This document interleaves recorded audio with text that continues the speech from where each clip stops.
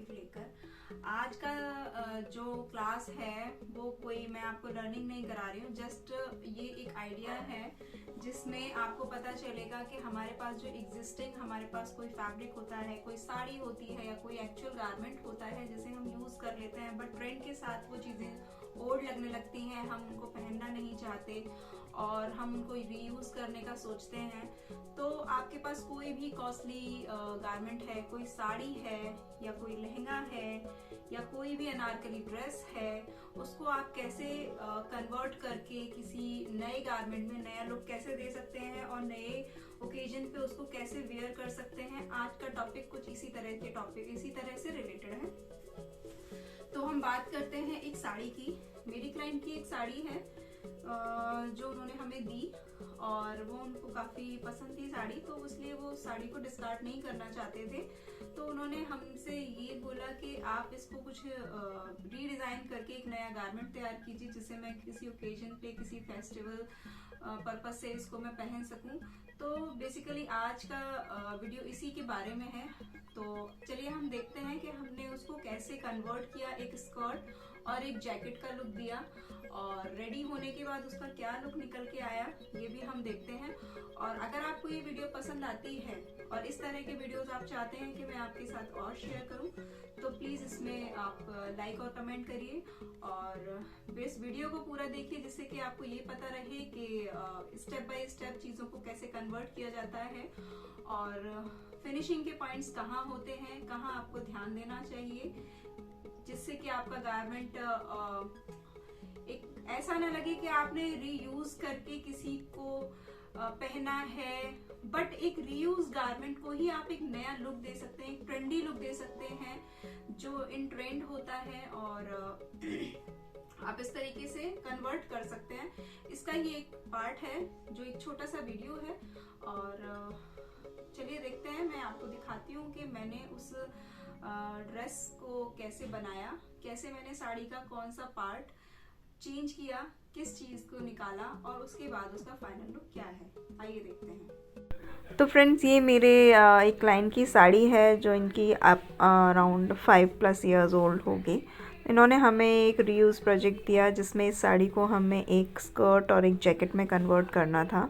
तो हमने इसका काम स्टार्ट किया और ये देखिए, इसमें एक्चुअली पता चल रहा है कि जो पल्ला पोर्शन है वो वर्क से है और चौड़े बॉर्डर के साथ दिया हुआ है और नीचे प्लीटिंग वाला जो पार्ट होता है उसमें हाफ एम्ब्रॉयडरी थी। ये कुछ इस टाइप से ड्रेप होके आ रहा था और ऐसे ही बॉडी पर ड्रेप होके आता है। तो हमने इसकी स्कर्ट का काम स्टार्ट किया। इसके नीचे मैंने लाइनिंग ली है सैटिन की और उसके साथ मैंने एक और लाइनिंग ली है। जो इनर लाइनिंग है मैंने उसके साथ कैन को अटैच किया। कैन को अटैच करना इसलिए ज़रूरी है क्योंकि कैन अटैच होगी तो इसका वर्क नीचे नहीं जाएगा और अपने आप में एक अच्छा सा शेप लेगा स्कर्ट, जिससे इसकी ब्यूटीफुल एम्ब्रॉयडरी है बॉर्डर पे वो काफ़ी इन्हांस होके आएगी। और इस तरीके से मैंने इसमें पूरा राउंड शेप करके और बढ़िया से करके कैन को अटैच किया है। ये प्रोसेस बहुत स्लो होता है, इसमें आपको देखना होता है कि जो कैन है वो अच्छे से अटैच हो, जो इसकी स्टिचिंग हो वो अच्छे से हो, सो दैट कि इसके इनर फैब्रिक भी डैमेज नहीं होने चाहिए और आपकी लाइनिंग भी जिस पर्पज़ से आप यूज़ कर रहे हो उस पर्पज़ को फुलफ़िल करना चाहिए।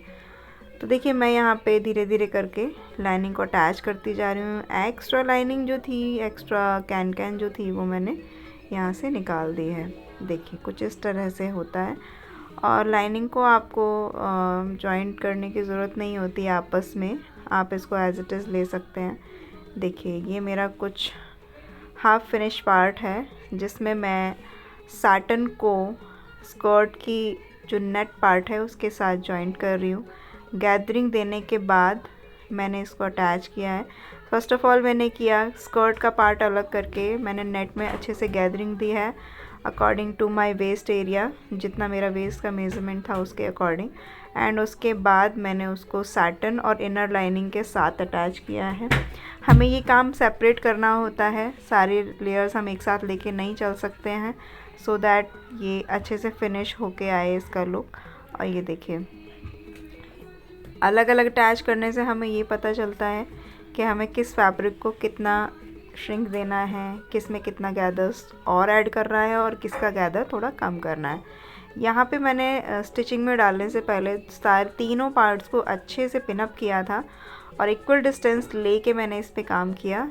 तो देखिए मैं जैसे जैसे आगे बढ़ती जा रही हूँ वैसे वैसे मैं इसके पिन्स हटाती जा रही हूँ और ये देखिए सारा काम होता जा रहा है। मेरे सारे लेयर्स कंप्लीट हो चुके हैं, आराम से अटैच हो गए हैं।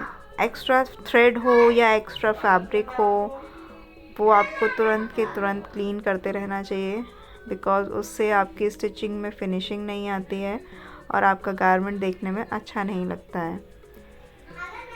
काफ़ी हैवी गारमेंट हो जाता है तो मशीन पे हैंडल करना बहुत मुश्किल होता है, बट हैवी गारमेंट भी हम करते हैं और जिसमें हमें थोड़ा सा टाइम देना होता है।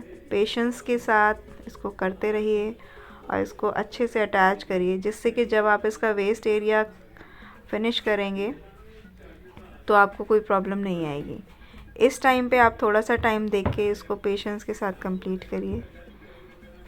ये फास्ट फॉरवर्ड वीडियो है जो आप देख रहे हो, बट मुझे इसे करने में बहुत टाइम लगा था। बेसिकली इसके लिए मुझे काफ़ी पेशेंस के साथ काम करना पड़ रहा था, इसीलिए मैं आप लोगों को एडवाइस कर रही हूँ कि इस टाइप का कोई भी प्रोजेक्ट अगर आप करते हैं तो बहुत अच्छे से प्रेजेंटेबल माइंड के साथ आपको करना होता है। देखिए ये कुछ इस टाइप से निकल के हमारा आया है लुक, और इसका देखिए फ्लेयर कितना अच्छा बन रहा है गैदर्स के साथ, और अंदर से साटन की शाइनिंग आई है। देखिए मैंने यहाँ पे इसकी वेस्ट एरिया को फिनिश कर दिया है और इस टाइप से कुछ हमने इसकी जैकेट बनाई है।